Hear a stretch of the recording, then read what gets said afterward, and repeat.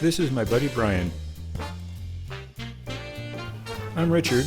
I tend to take things a little too serious, so goofing around is good for me. And this is Georgia, my better half. We hope you join us for our adventures and travels on Cabo.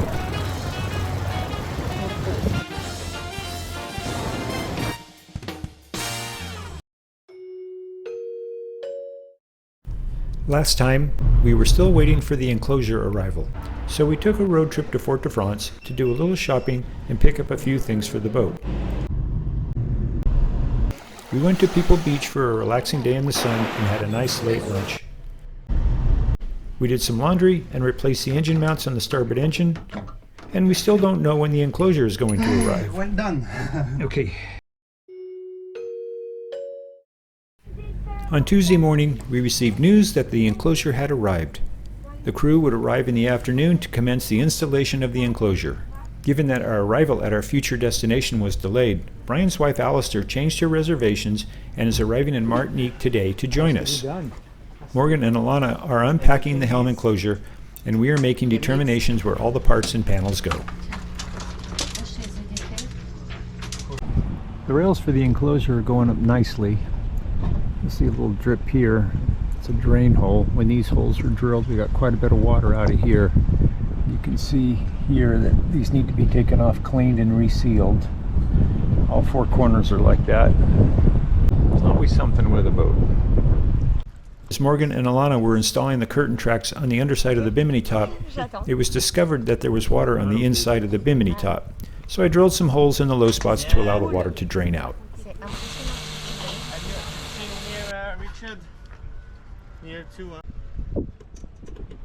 The curtain rails for the helm are being installed.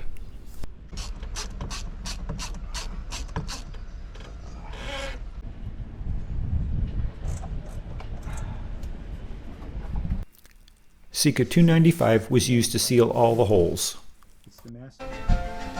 While the Enclosure was being installed, our neighbors on the other side decided to dance a little. This was a big moment, as he had been recovering from a pretty big surgery. It was good to see him on the mend and watch the two of them dance together so well. Unfortunately, there were some technical issues with the sound equipment, and that shortened their little party.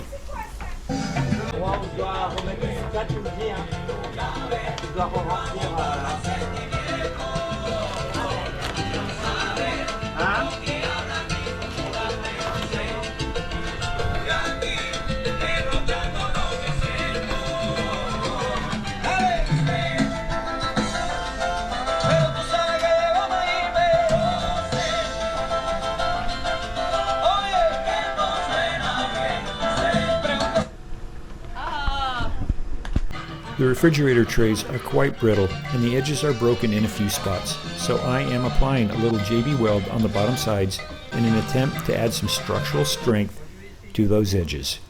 Yeah, I know, white would have been better, but we work with what we have.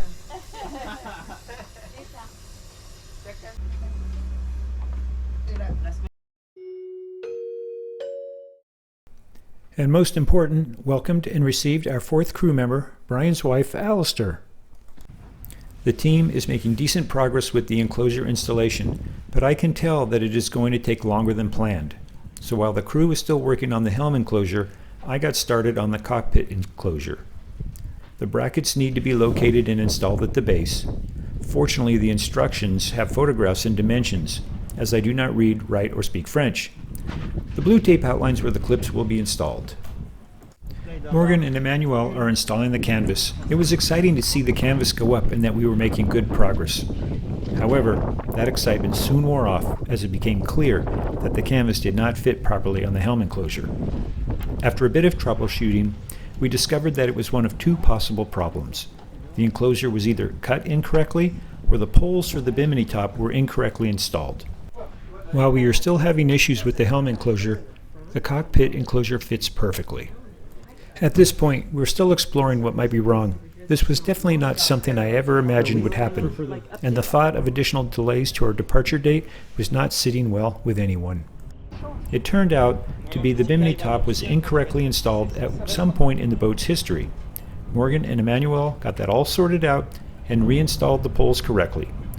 There are lifting eyes on the Bimini top, so it was rather simple to secure a halyard to the top of the Bimini to suspend it while the poles were being moved into the correct position. The last pole is being prepared for installation. In moving the poles into the correct position, we discovered that the outboard forward pole had no nuts holding it onto the deck. Gee whiz. We fixed that right away. On a side note, the red and black vacuum cleaner that I dropped into the water last spring, well, I fixed her, and she is back in service. Once that was corrected, the canvas fit perfectly. It was such a relief that the canvas now fit, and we were ready to go.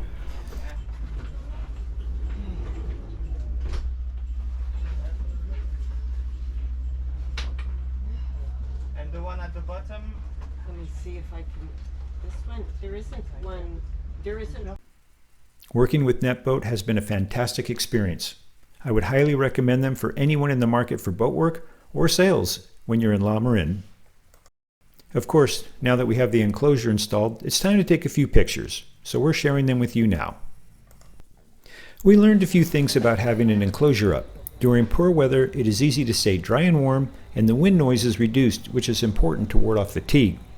The downside is that there's less airflow at the helm, and for those susceptible to motion sickness, this can be an issue. We experimented with various adjustments to maintain protection and increase the airflow. We will continue to experiment until we figure out the best configuration for us. Once the enclosures were installed, our time in Martinique was complete. We walked down to the marina office to clear out. Again, Martinique has the clearing in and out process refined, and it is so easy. It is a one-step process that costs a total of €5. Most importantly, the staff who work at the counter are amazingly helpful and friendly. Other countries could learn a lesson or two from how it is done here.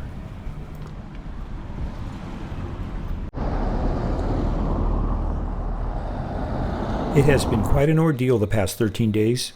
The level of uncertainty of when the enclosure might arrive, all the other boat work we and the vendors performed, and the last few days of installing the enclosure. It has been a whirlwind of activity, so I'm taking a moment to let it all soak in and enjoy all that we accomplished. We enjoyed our last dinner in Martinique at the Mango Bay restaurant with Brian and Allistaire.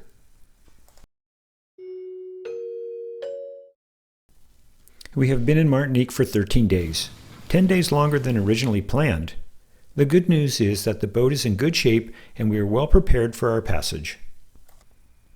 As we have cleared out, it is time to untie the lines and leave the dock and begin our passage to the British Virgin Islands. The spring and stern lines have been released and we are now moving forward. The crew from NetBoat came out in a dinghy this morning to assist us in untying the lines from the mooring balls. As I am waiting for the bow lines to be brought on board, I am concerned with the slight breeze pushing me to the left. I don't want to hit the boat next to me. I am a bit stressed from this departure. Thank you, guys. We are in the clear now and we are underway. It is a little over 2.5 miles to leave the bay before we will raise our sails. We have studied the weather forecast, and it appears that we will have winds from 15 to 25 knots for the next couple of days. Not knowing what kind of gusts to expect, and that we will be sailing at night, we decide to start our voyage with 2 reefs in the mainsail. Are all the lines forward?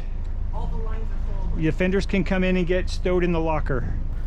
This gives us a smaller sail should we experience any gusts more than that.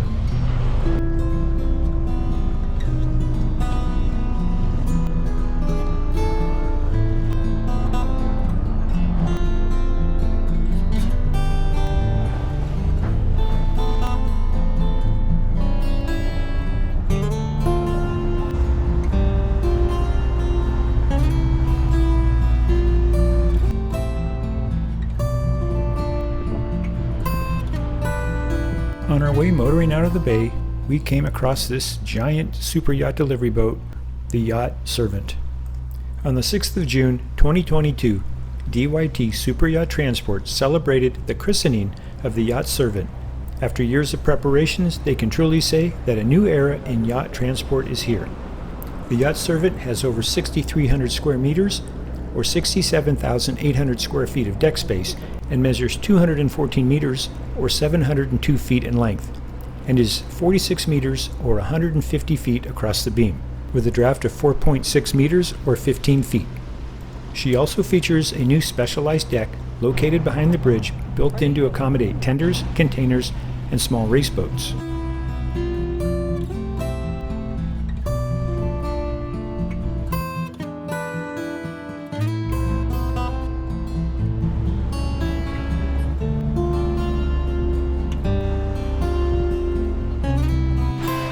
We are under sail and we are headed for the British Virgin Islands.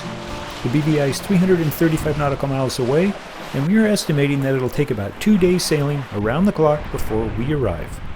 With Allistaire on board, we have one more watchstander, which lightens the watchstanding load for everyone. The Enclosure was delivered either on the eve of November 14th or the morning of the 15th. It got installed and we departed Martinique with our Enclosure on November 18th at 0900 hours.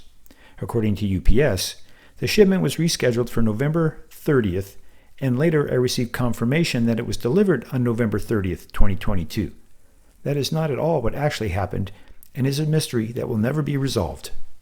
That's all for now. Come back next time and join us for our passage to the BVI, and thanks for watching.